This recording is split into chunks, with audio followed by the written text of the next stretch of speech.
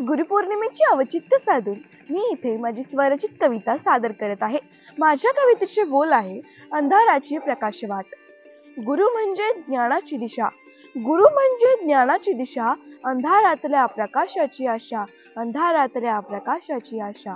शब्दांनी घडवतो आयुष्य सुंदर, शब्दांनी घडवतो आयुष्य सुंदर। गुरुच असतो साक्षात ईश्वर, गुरुच असतो साक्षात ईश्वर। नतमस्तक होऊ त्याच्या चरणी कृतज्ञता व्यक्त करू मनी, नतमस्तक होऊ त्याच्या चरणी कृतज्ञता व्यक्त करू मनी। गुरुविना नाही शिक्षणाचा साज, गुरुविना नाही शिक्षणाचा साज, त्यांच्याच आशीर्वादाने आहे जीवनात राज, आहे जीवनात राज। गुरु म्हणजे ज्ञानाची दिशा, अंधारातल्या प्रकाशाची आशा, अंधारातल्या प्रकाशाची आशा। गुरु म्हणजे जीवनाचा सार, गुरु म्हणजे जीवनाचा सार, माणूस घडवणारा सुसंस्कारांचा भार, सुसंस्कारांचा भार। गुरुंकडे असते सुखाची गुरुकिल्ली, गुरुंकडे असते सुखाची गुरुकिल्ली।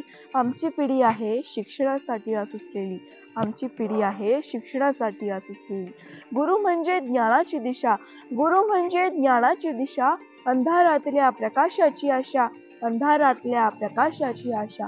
गुरूंचे बोल म्हणजे मंत्र, गुरूंचे बोल म्हणजे मंत्र, तेव्हाच असतात आयुष्यात खरे तंत्र, आयुष्यात खरे तंत्र। गुरुच असतात ज्ञानाचा प्रकाश, गुरुच असतात ज्ञानाचा प्रकाश।